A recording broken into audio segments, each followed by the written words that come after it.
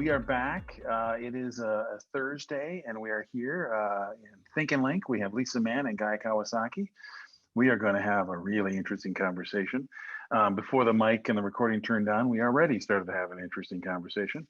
But I want to make sure I give a word out to the primary sponsor of this event, which is Capsule, our global or worldwide headquarters here in Minneapolis, Minnesota. We are a special projects firm. We work in the areas of brand design and marketing, and we are always looking for interesting challenges. We recently helped Tyson launch a health clinic that's coming out and becoming public, which is a fascinating little project if you want to know more about that. Reach out to Kelly or myself or Danielle here. But without any other or too much of the preamble, because I want to get to the conversation with Guy and Lisa, as I'm sure all of you do. Kelly, any other details other than, put your questions in the chat. I expect this one will get a lot of questions in the chat, and then video on and audio mute so we can give our guests as much time as possible. And if you haven't heard it already, you are going to really love Guy's mic and his sound. It's gonna be amazing. Okay, I'm gonna let Lisa start with an intro and background on herself, and then we'll turn it over to Guy to do a little bit of intro and background on him. I don't know that we need much, but take it away, Lisa. Okay, first, thank you very much to Capsule, Aaron and Leighton. It's a pleasure to be here, and Guy Kawasaki, truly a pleasure. Lisa Mann. I have spent over 25 years in CPG marketing, and my favorite projects of note was leading Nabisco cookies. So Oreo 100th birthday, when we did that tweet in the Super Bowl, the Dunk in the Dark tweet, which then took on a whole life of its own and was very shocking to me that happened. I then worked for Kind Healthy Snacks, and then president at PepsiCo of the global nutrition business, Quaker Tropicana Naked Juice. And now I joined a dear friend, Dan Smith, the CEO of Reigns. We are an executive search and talent management company, talent advisory. And I'm the CMO and leading the consumer practice, and am really enjoying the talent side, because I think everyone on this call knows that you can have fabulous marketing, you can have fabulous products, but consumers own the brand, and consumers are the ultimate judge on what wins and what doesn't. And that's a quick snapshot of me. And I'm in New York City, Upper West Side. Thank you, Lisa. Guy. Hi. So my name is Guy Kawasaki. I am currently the chief evangelist of Canva, and I create a podcast called Remarkable People, where I interview remarkable people like Jane Goodall, or in this conference, probably the people who are most interesting would be Bob Cialdini, David Ocker, Katie Milkman, Angela Duckworth, those kinds of people. So in a prior life, I was chief evangelist of Apple. I was on the board of trustees of Wikipedia, and I was a Mercedes-Benz brand ambassador. I have written 15 books, or one book 15 times, and I have started a few software companies. But that's it. That's who I am. Oh, that's great. Wonderful. Kelly, you want to take it away with our first question? Excited to have you both. Thank you, Lisa and Guy. And I did want to note really quickly before we jump in, we do at Capsule have a new Think and Link website where we will house the video from today's session. So certainly encourage everyone to visit that site here in the chat following today's discussion. Looking forward to getting started. So I will dive right in. Guy, I'm going to start with you. And you just mentioned your role as chief evangelist for Canva. And as I think many could say, that underscores your belief in what we've heard, that evangelism, which is literally defined as bringing the good news, is in your mind the best way to engage with audiences and with customers. Could you please, for our audience here today, expound upon that belief and why you think that practicing evangelism would trump, say, typical sales and marketing processes or approaches when it comes to connecting with our consumer. Would love to hear your thoughts. Okay. I've never heard the word Trump and evangelism in the same sentence till just now. Evangelical, but not evangelism. But anyway, so as you mentioned, evangelism comes from a Greek word that means bringing the good news. So what an evangelist does is bring the good news. In Christianity, it's eternal life. And then there was a 2,000-year gap, and then there's Macintosh. So the good news of Macintosh was that it increases people's creativity and productivity. The good news of Canva is that it has democratized design. So evangelism is pertinent and most useful and most effective when you have something that really does, as Steve Jobs would say, dent the universe or change the world. So I call this Guy's Golden Touch.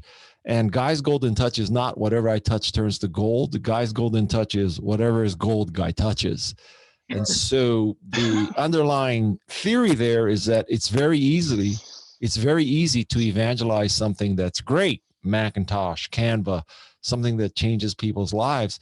It's very hard to evangelize crap. So 90% of evangelism is to find, create, or affiliate with something great. The rest is easy. Great. Awesome. Like that. There's some good quotes that just came out of that. Yeah, we can stop now. I'm a quote machine. Yeah, you are. Thank you for sharing your perspective. I love that. And Lisa, I'd love just a similar question when it comes to a mindset or a process that you apply when you think about building and strengthening those connections with audiences. What's your thought there?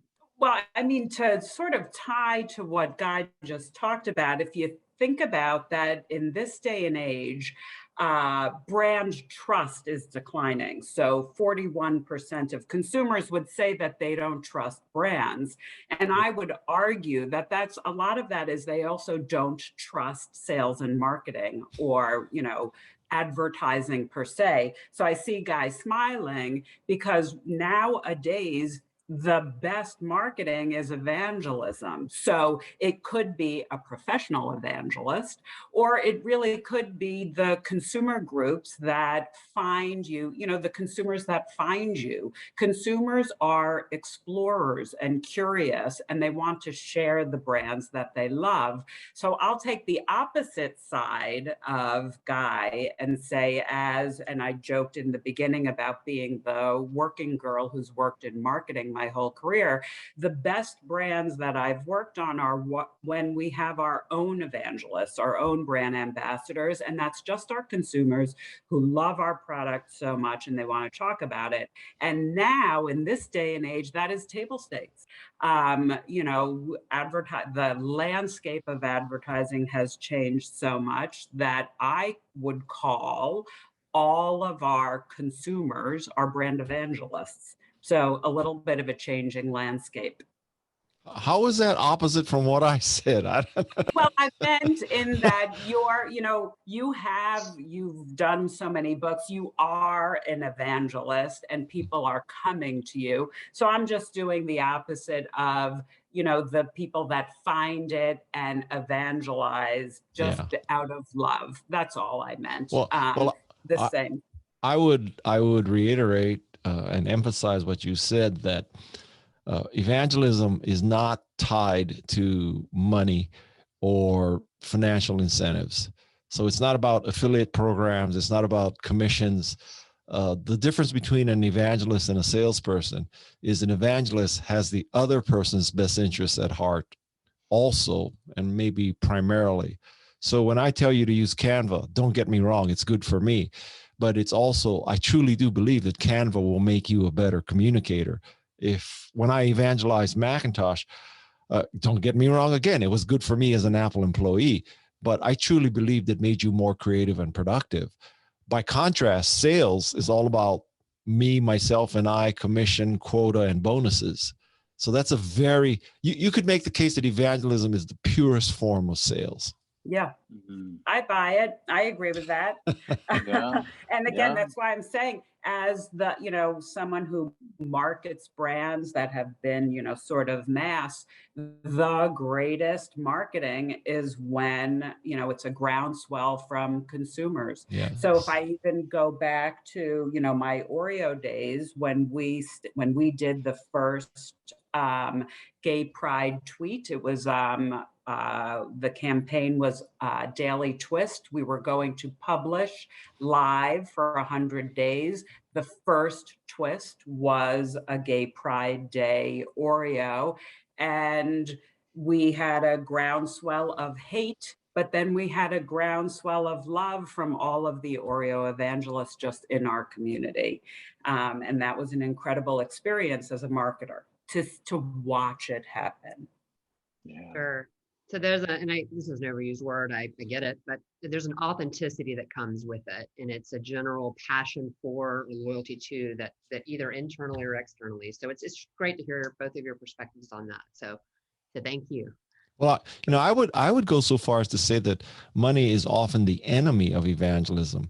Not only because it impugns why someone is evangelizing if they're paid for it, but also I think that even in the mind of the evangelist, if one has any kind of, self-consciousness, you might have to ask yourself, so am I telling people to use a Macintosh or use Canva because I truly believe in them or because I'm paid to? But if you're not paid, you never have to have that discussion. It's a pure motivation. Mm-hmm. Right. Wow. Yeah. I love the line that the guy's golden touch guy just touches things that are already golden. I love that. That is exceptional. Which brings about the thought, which isn't, necessarily, but it kind of an adjacent or part of this conversation. Does it have to be golden before you touch it? I mean, to evangelize, does it already have to be golden, right? It was kind of already golden before you got there, Lisa, which I think you'd say it was, because I've 100%. Yeah. So the evangelist needs something golden first. Well, or at least it should be on the curve towards goldenness. It definitely can't be a piece of crap. I mean, it would be. It can't be fake gold. It can't. It can't be lead or something. Yeah, that's funny. So more specific to the role of the CMO. I'm curious about each of your perspectives on it. Is it going to be around? Is it going to die? There's a lot of interesting new roles rising up into the organization, into the C-suite, and I'm wondering, is it going to expire? Is it actually going to survive as a thing? As I've mentioned it to an old marketing professor at Carlson School, I said I think it's right now down to inside of 24 months, maybe, is the tenure of a typical CMO. Right. And I would think you get to honestly, not to borrow from another author's, but a tipping point where it's just like, now it just disappears. It starts to go down below 12 months. And then once you're inside of 12 months, does it matter anymore? Is it really a role anymore? So I'm curious from each of you, the CMO role, is it going to be around? And I would say I think the pandemic has obviously impacted so many businesses and industries. And I would say that a weird byproduct has been the rise of the CMO. So before the pandemic, CMOs, not only is tenure declining, but even the name CMO was declining. A lot of companies were doing chief growth officer. CMOs were actually even being pushed down if they had the title to not sitting on the CEO's staff anymore. So there was a level, it was really on the decline. And one of my personal hypotheses was that the CMO was no longer the only voice of the consumer in the C-suite. Supply chain had the voice of the consumer because the role of ingredients on consumers' minds and sustainability played such a big role that they were representing the consumer voice there. Everyone, has their angle on the consumer voice.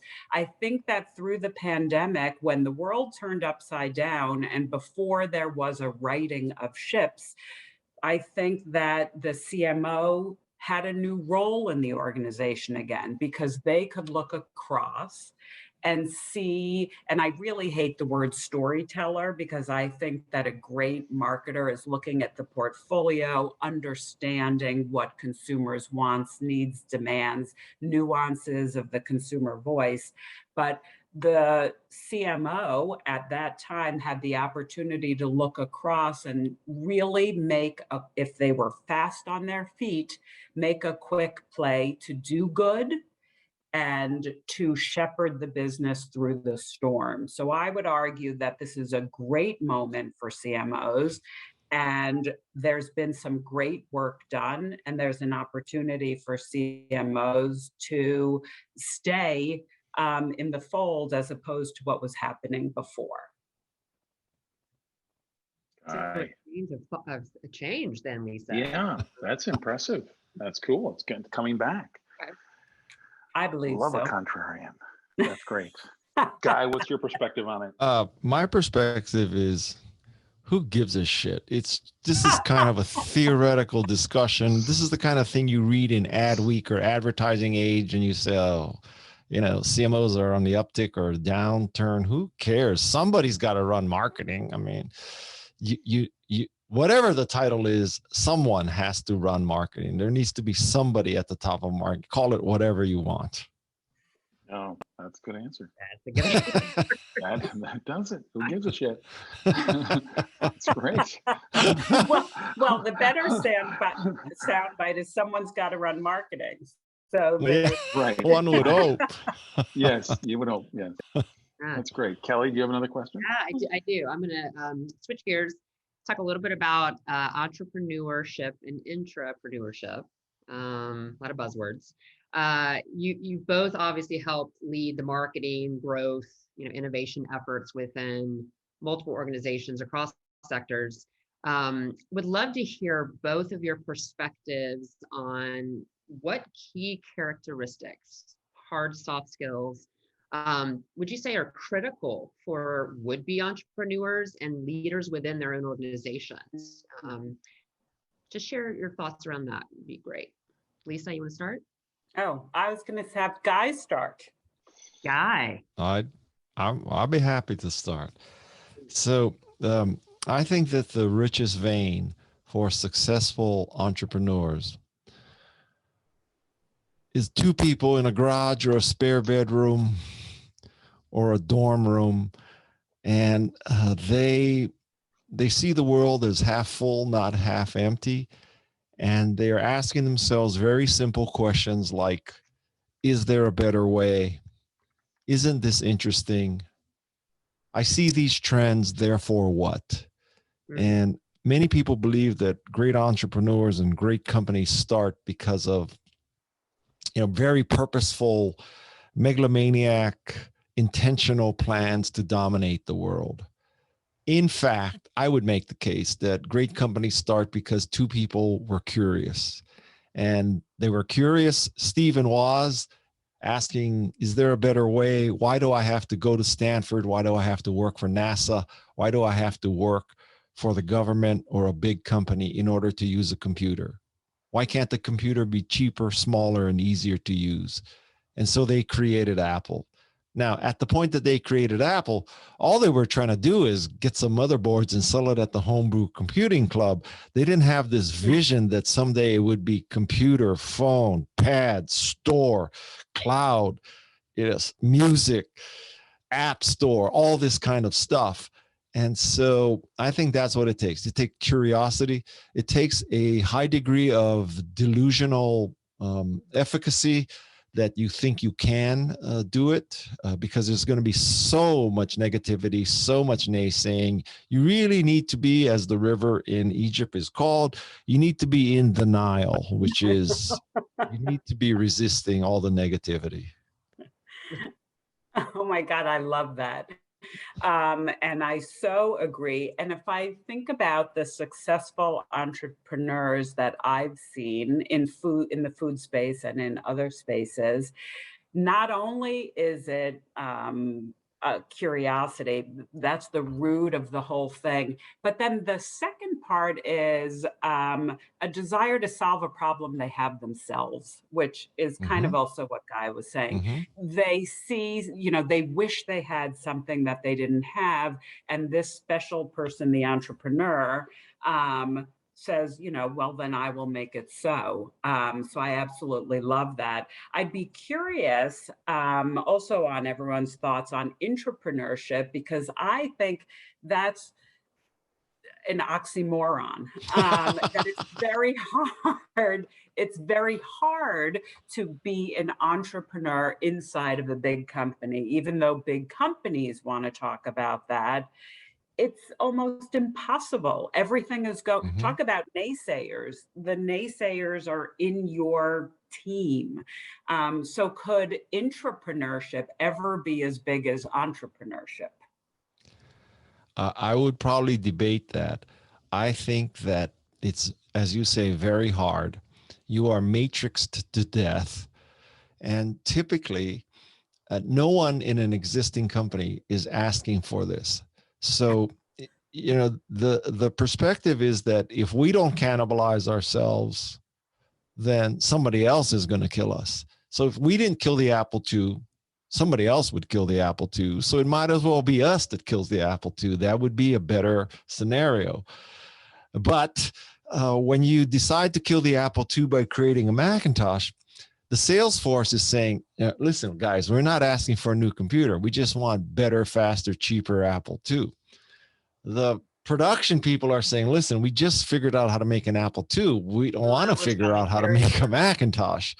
And so the sales force, production, HR is saying, oh, so we know how to recruit people to use Pascal. And now you're telling us you need assembly language programmers for Macintosh. We don't know how to find that. And so everybody in the organization is saying, we don't want to do this. No customer is asking for, no customer came to Apple and said, you know what, I just bought an Apple II, but what I'd really like is a computer that is totally incompatible, that has a one-button mouse, that has no software, that can't run anything that we already have. That's what we want. So that's the genius of Steve Jobs. And one of the things I learned from Steve Jobs is your current customer cannot tell you how to truly innovate. They can tell you how to evolve what they're getting from you, make it better, faster, and cheaper. And nobody went to Mercedes or BMW or Ford or GM and said, please build me an electric car, right? I mean, Elon Musk single-handedly created the electric car business, and nobody, and electric cars would not exist, I think, were it not for Elon Musk. So that's how it goes. And the irony is, if you're an entrepreneur, you look at an intrapreneur, and it's just the grass is greener. You're saying, oh my God, if I were an intrapreneur, I'd have a sales force, I'd have brand equity, Bless you. Bless you. Bless you again.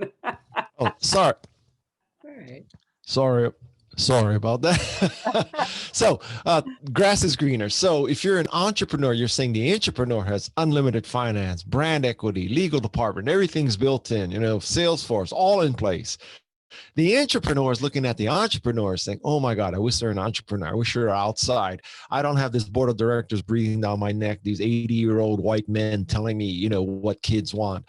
I don't have legal telling me what I can and can't do. I don't have people in marketing telling me that I'm going to dilute the brand. So the entrepreneur wants what the entrepreneur has. The entrepreneur has what the entrepreneur has. Very true. So these, and I'm curious, just to continue in that same vein, these innovation hubs that are popping up in these large organizations. Yeah. I think we're all waiting to see how effective they actually are. So any thoughts on? Well, if you look at efforts where intrapreneurship actually worked, I think some of the characteristics are you need a total egomaniac, because this egomaniac is going to have to withstand death by 1,000 different cuts, from the sales force to the board of directors to legal to whatever. So you need an egomaniac who can deal with that. I would also say that you need a separate building, that if you're in the same building, you're going to be matrixed to death. I would also say that that separate building needs to be at least a mile from the main building, because you don't want people to be able to just walk over. They have to get in their car. And then this main building, this separate building, you just fill that refrigerator full of Red Bull and you just cross your fingers and you pray. And you basically tell them, I think you give them the charter, create the product that should kill us. Only do it for us so that it's our product. I mean, one of the great and saddest stories in American business is that in 1975, an engineer at Kodak invented digital photography. Like, wrap your mind around that. Kodak invented digital photography. Can you imagine that guy going to his boss saying, I figured out a way. People don't have to buy film anymore. Well, hallelujah. I bet he was promoted. So therein lies the problem. Yep. There you go. Yeah. There has to be autonomy, their own budget and some autonomy, and Red Bull. You're right. That's a guy like that. Lisa, any other thoughts there? I mean, I think that, sadly, how many Steve Jobs CEOs have we had? I think that if you look at, the current if I even look at CPG, my own, backyard, there's not that type of CEO who's going to break things, who's going to enable people to do that, what Guy said.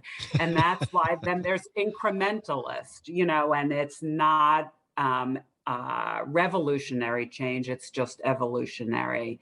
I think that, like I said, I think it's an oxymoron. I don't think intrapreneurship creates massive innovation.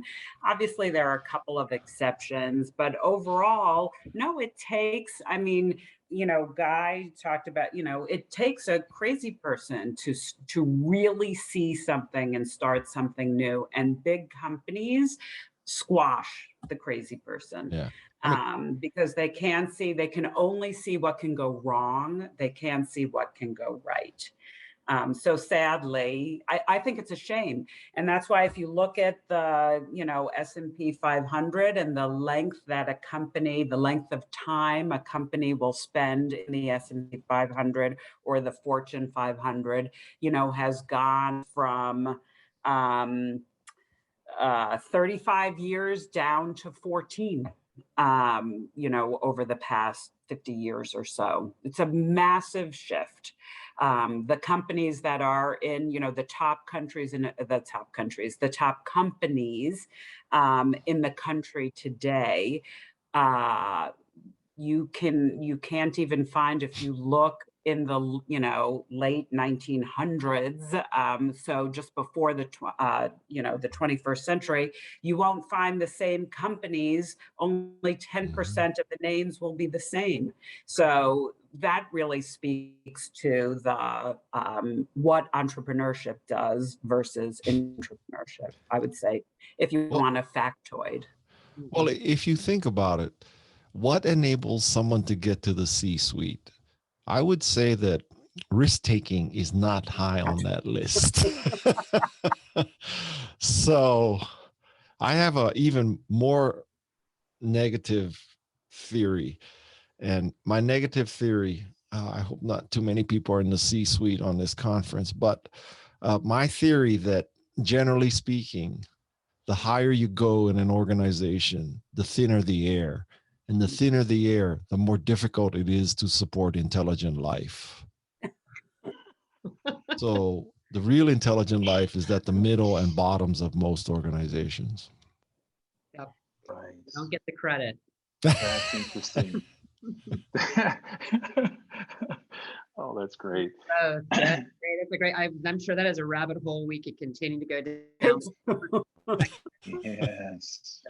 Yeah, and I'm tempted to stay on that path, but I can't help. I want to ask the cryptocurrency question, and just my curiosity is going to overwhelm me get your perspective, Guy, on Okay. crypto and Elon Musk's, manipulation of markets, perhaps, and also just as a CEO. I mean, it's interesting as he's already come up here in conversation, but also what he's done. And he's not the next Steve Jobs. He's a different character, which I think is great, because I loathe the people that dress like Steve Jobs and act like Steve Jobs and do that kind of crap, because it's like, can't you be your own person? And Elon Musk is not doing that, which I'm impressed by.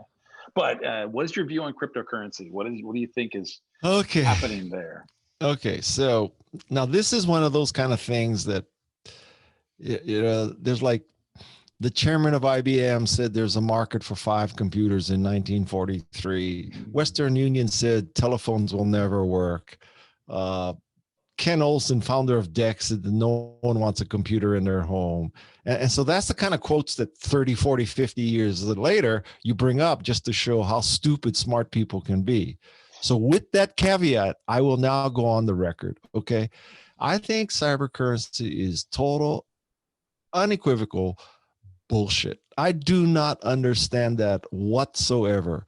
That, why don't, it is tulip mania again. Like, tell me a compelling reason, an intellectual reason why people, quote unquote, invest in that. Like, what are you getting? Like, some mysterious Japanese person said that I'm going to make this currency and only 21 million units are going to be made, and it's going to disintermediate financial markets. And, if I get paid for a speech on Monday, I want to know on Tuesday that it's worth about the same. If you pay me for my speech on Monday, on Tuesday, I want to know the money is still there and about the same amount. I don't want to depend on Elon Musk sent this kind of emoji or that kind of emoji to determine how much my speech is worth a day later. Do you mind? And so there's so many risks you take in life. Are you going to get the gig? Will you get paid at all? Will the people like you? Will people buy your book? Will people buy your car? Will people buy your computer? I don't need another risk, which is, okay, people bought your book, they bought your car, they paid for your speech. Now you have to worry about the currency you're paid in. That is not a risk that I want to take. You want to know how I really feel? Yeah. No, no, please tell us. Right. Oh, that was great. Yeah, that's an interesting perspective. Now this is recorded, so this could come back to this good. Yeah, but I'll be dead by then. Who cares? Okay, so Guy, why do you think it's become a thing? Because to your point, I agree. Like, there's nothing stands for. Why do you think people are? I don't like. Well, the people who are invested in it, clearly have a total conflict of interest of continuing to pimp it and promote it, right? I mean, so yeah, if you now own a lot of tulips, you want people to buy more tulips. You're not going to say, wow, why are people buying tulips? It's just another flower. So I think there's inherent conflict. I don't know. I think it's like, 40-year-old men living with their mothers. I don't understand it at all. I really don't. I'm with you. On this. Oh, Lisa, do you have a perspective? I got nothing to add there. I think Guy said it all. I would say next topic. Oh, that's great. Well, there it is. It's out there. Kelly, take it away. Let's stay in digital. Again, I love throwing out buzzwords because I cringe when I hear them, but I always like to hear perspectives from speakers. Digital transformation. Let's talk about that, right? I know. Yeah. So obviously we see a constant evolution and continuous digital and technological evolution. I'm curious how both of you have either changed or evolved your approach in marketing and design and innovation based on these evolutions in technology, and how have you taken advantage of them? And is there any detriment to what you've seen? Any thoughts to share? You go, Lisa. So I can just say I agree with you. Yeah. I mean, you saw I rolled my eyes. I feel like we've been talking about digital transformation for forever. Right. And the reality is, it isn't about a transformation anymore. It is here. So it's already happened. You know, if you're not living in the digital world, what I think is more interesting, okay, so to touch on something we talked about before about CEOs today, you know, we are approximately 15 years away from the CEO of a Fortune 500 being a digital native. And I think that's more frightening, because that's why we're still talking about digital transformation. You know, that's what doesn't make any sense. And then as far as digital transformation for, you know, sort of my day job, when the world went upside down and nothing was in real life, you know, in the world of talent and executive search, we had, you know, you got to keep going. So here you go. Zoom became, you know, that was our digital transformation. And it's very interesting to think about what's going to happen now. You know, what that does is it opens up, you can cast a wider range, you can interview more people, you can interview quicker, faster. Mm-hmm. So, you know, how do you place talent, you know, when with the lack of in real life? And we showed, you know, it was an interesting story to follow, that actually we could move faster. Everyone could move faster. We could not miss a beat. But again, the overall topic of digital transformation makes me tired. It's of yesterday. And I'm still very obsessed with the digital native CEO being the most prevalent CEO in the Fortune 500. Great point. Yep. Thank you, Lisa. Okay, Guy. so I think the term digital transformation is what enables McKinsey to charge 5 million instead of 2.5 million. That's it. That's the primary use. And for Gartner to charge 25,000 for a report instead of 10,000. Hallelujah. God bless them. But I mean, you know, times change. I mean, when we went from telegraph to telephone, did somebody say it's the telephonic transformation? When we went, you know, when we went from fax machine to website, okay, put a nice title on it. Hallelujah. It's good for Wired Magazine and Fast Company and Gartner and McKinsey and BCG and Accenture. God bless them. But at the end of the day, you got to do what you got to do. And the pandemic, I think, as we look back, besides the pain and suffering and the tragedy that it caused, it created, not to conflict with what I said, it caused tremendous digital transformation. We're never looking back. We're never going to go to an all in-person conference again in Las Vegas. That's just not in my lifetime. It's not going to happen.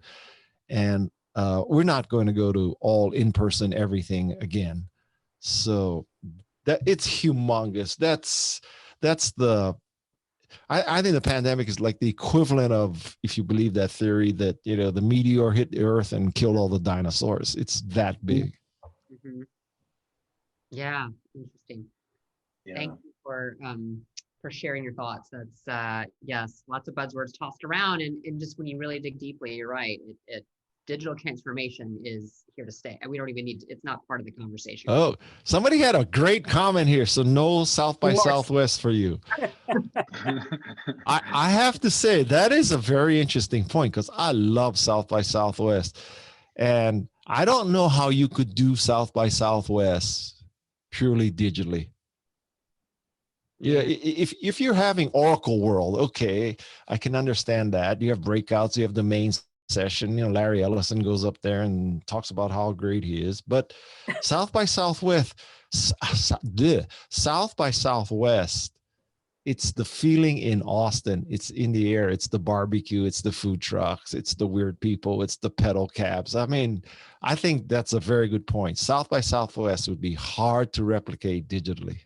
Mm-hmm. Well, in real life, we'll come back. It's how, you know, it's how and when it comes back. Yeah. It might not be exactly the same, but I think people, we're social animals, so to speak. I joke that while the office return to office will be different. It won't be exactly the way it was before. As soon as there are 3 people in the office, there's going to be FOMO. There are going to be the people who don't come in are going to have a fear of missing out. So in real life is coming back. In real life will be different. So I think there'll be segments, but right, you can't have South by Southwest without having South by Southwest.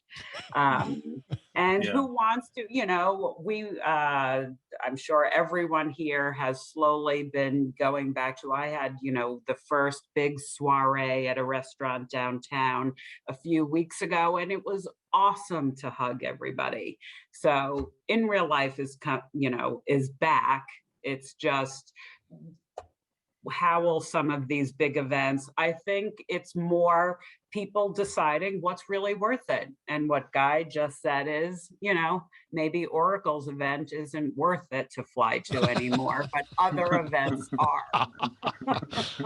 Well, and if you think about it, if you are the organizer of South by Southwest, or if you're an event planner for a large company, you have got to say to yourself, so, I should look at this as half full, that the same 50, 75,000 people will probably come back to South by Southwest, but I can tap another 100,000 people who will pay $1,000 for digital access, who never would have made it.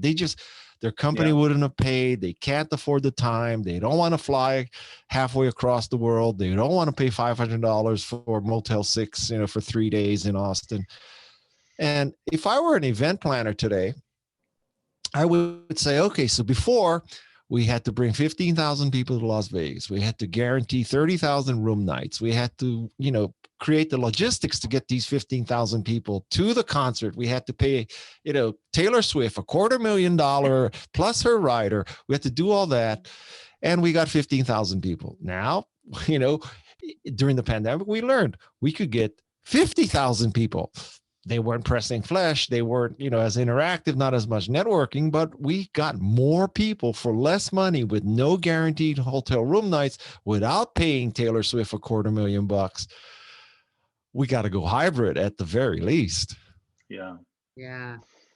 Yeah, definitely. The idea that we can be digitally present and physically present, right? 2 different scenarios, and that the hybrid thing is.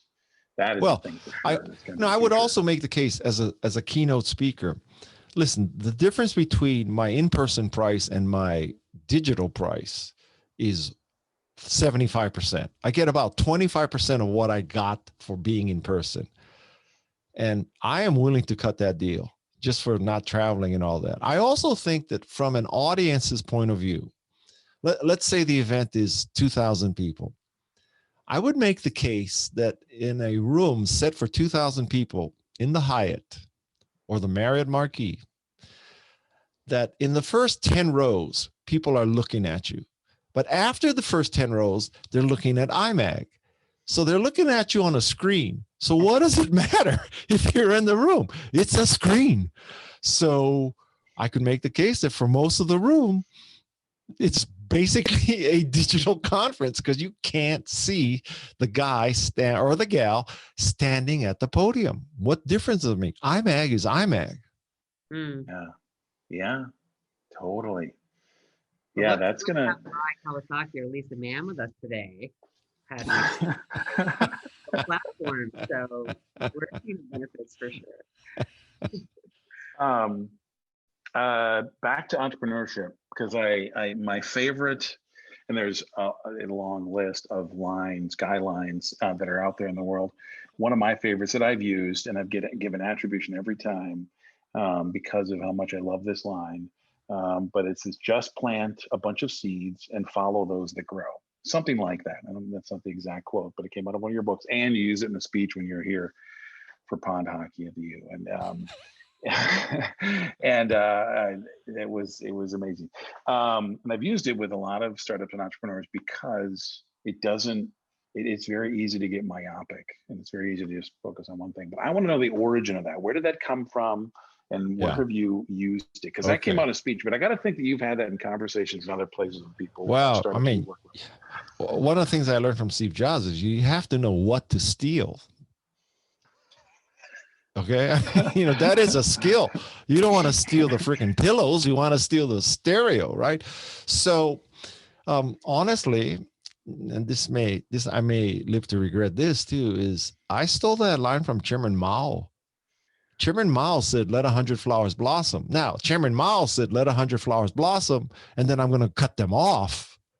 But the first part of his statement was, let 100 flowers blossom, which means, let people express themselves. And my theory, and I learned it in the Macintosh division because, hell-bent for leather, we thought we knew exactly who would use Macintosh and how. We wanted knowledge workers in, Fortune 500, Fortune really 5 million. We wanted knowledge workers. And these knowledge workers would be using Macintosh for spreadsheet, database, and word processor. Okay. Well, guess what? We were 0 for 3 there. And the flower that bloomed was desktop publishing. It was Aldous PageMaker. Aldous PageMaker saved Apple. Aldous PageMaker was a gift from God to Apple to keep Apple going. And if you don't believe in God, I will tell you, there is no other explanation for Apple's continued success than the existence of a benevolent God. But that's a whole nother subject. So that's where I learned that, take your best shot, spreadsheet, database, and word processing. But if people start embracing it and using it for desktop publishing, hallelujah. First of all, take the money, declare victory, say that you created Macintosh to democratize publishing. The way it works in Silicon Valley is we throw a lot of shit up against the wall. Some of it sticks. We go up to the wall, we paint the bullseye around there. We say we hit the bullseye. I mean, you can always hit the bullseye if you paint the bullseye after you see what sticks. Yes. Oh, that's brilliant. I love so that. Good. And now I got a whole bunch of other good quotes. And marketers call that the pivot, so, but I think it should be renamed painting the bullseye afterwards. Because essentially, right, you throw something out there and, within the opening, as someone who's done consumer marketing, so to speak, at big legacy companies my whole career, that's really always the funny part. What you think is going to happen isn't necessarily what's going to happen. People are fascinating. And even a brand like Kind, you might think it's for one group, but ultimately, isn't it interesting that it's moms with kids who actually expanded that brand? Well, it might appear like it's for the hipster. So even something like that has a similar, you can do the tech analogy. Yeah, that's great. I love that when you have that, there's clear perspective. And I can't tell you how many people come to us like, we know exactly who we're talking to. We know exactly what we're selling and who we're talking to, right? Or we need to know that. We need to be absolute about it. There's no way to know that. You can have all these theories, and we've had many people on the stage who talk about that. Brandless talked about that. Brandless, which is a thing that kind of made it but didn't make it, right? They came onto our stage and were like, yeah, we thought it was very inside the city and a certain profile, and turns out it was rural. Those are the people that were like, we need more organic products, and they're just totally opposite of what they expected. Now, they probably could have saved themselves if they'd seen that earlier, but yeah, it is. And Kind is a great example of that. That is so fascinating. Mm-hmm. When you come to town, Lisa, just be careful, because Kind, it's got a competitor in town. Kind of yes, it does. Kind was not kind to General Mills. Neither was Giovanni. If we have any General Mills people on the call, does that market still exist in Minneapolis? That really great market, supermarket. It's a great Byerly's. Byerly's. Oh my God, that is a great market. Holy cow! Byerly's and Lund's, yes. Yeah, they are great. That's funny that you would bring them up. You could bring that up. I know. Cool. I want to jump in with a question. This is coming out of left field based on what we talked to this point, but I want to talk about culture. and how important culture is to you and your organizations, or with you within your organization. And I know this is a question, culture eats strategy for breakfast. We've heard a lot of commentary around this. And of course, there have been a lot of conversations about how organizations are maintaining culture in this. Mm-hmm. We're not in the office. We're not at the water cooler, so to speak. Can you share a little bit about what culture means to your organizations, and then how you're maintaining it during this time? Who wants to take that first? I'll let Guy. Okay, so first of all, I think the first sign, or there are two signs of the apocalypse that it's coming to your company. Sign number one is you have job requirements that include having an MBA. That's the first sign of the apocalypse. The second sign of the apocalypse is you have hired a chief culture officer. When those two things happen, it's time to short your stock. So I would say that, to me, it's something that it should be in your DNA. Mm-hmm. And it shouldn't be something that you hired McKinsey to help you decide what your culture is, and you recruited using Russell Reynolds, a chief cultural officer who was in CPG, and now you're going to put him in HP Enterprise for the chief culture officer. I just don't understand that. I mean, now the caveat, in a rare moment of humility, I have never run a Fortune 500 company, so I can't appreciate the difficulty of maintaining culture. But geez, I mean, just make great products and support people well. I mean, that's the culture I want. Yeah, makes sense. Good way to put it, Guy. Yeah. Yeah, just be human. Yeah. Be kind. What a concept. Be kind. I can't, obviously I can't agree more, but I also have to speak for my brethren who have worked in big companies. And it's funny, my husband works for Peloton, and yesterday, my husband works for Peloton, and yesterday we get a box from Peloton, and he's looking at me, and I'm like, I didn't order anything. Did you order anything? And he went, I didn't order anything. And he opens it up, and it's new Peloton sneakers with, two different laces, and it's fantastic. And one of the laces are rainbow. And to me, that's an awesome example of a company that is all about surprising and delighting. So then the question, their employees, and they do it a lot. Things, towels have come, for the Peloton, and they really think about treating the employees well, extending, holiday weekends, things like that. But to Guy's point, they've clearly made that a part of their DNA, and it works. I mean, as far as employee engagement.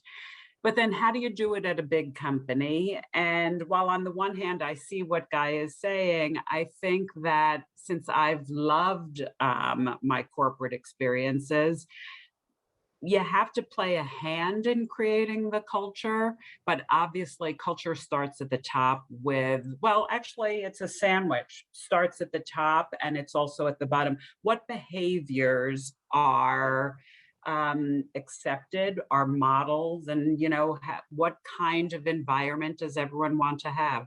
So I do think you have to pay attention to culture.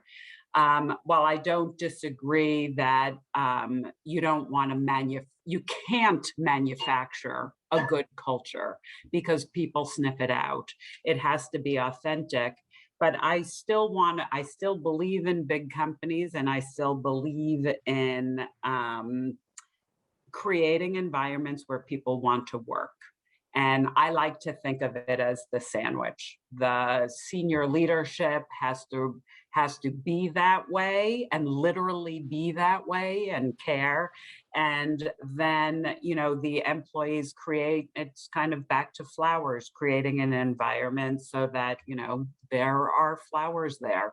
Otherwise, people walk with their feet and they can walk out. But I do think you have to care about your culture and you have to nurture it. And Guy's point is, yeah, and don't be stupid. You can't create a culture just because you want a good one. You have to live it, breathe it, and make it happen. Can your husband get me a deal on a Peloton? I have wanted a Peloton. Yeah, I'll give you you can text me. We can get you the corporate discount. And I do love my Peloton. Yeah, I want a Peloton. I want to be the cool kid too. Wow. I have 6 million followers on social media. I'm an influencer. Yeah. I would think after hearing this, they would just send you one. You would think, You would think. Or at least the sneakers. Peloton's golden touch. There you go. Yes. Yes, that's great. For both of you, part of doing this and going into this environment and doing these interviews and having these conversations, and we found that it's people wanting to see through the lens of our guests and what they've seen during this time period. And lately I've been asking people, so how was your pandemic? I don't know how to, because I don't know why, I don't know how to compare it to any other pandemic. None of us do. So, but I'm curious, what inspired you during this? What did you see that you look back and go, that was absolutely joyful. If you can look back all the way back to the beginning of it, and any moment within it that you found inspiring, and either of you can start with that question. I mean, I have a couple. My twin 3 kids, my twin 25-year-olds moved in for 8.5 months of the pandemic. And we joke about what a great pandemic we had. And in New York City, it was heartbreaking.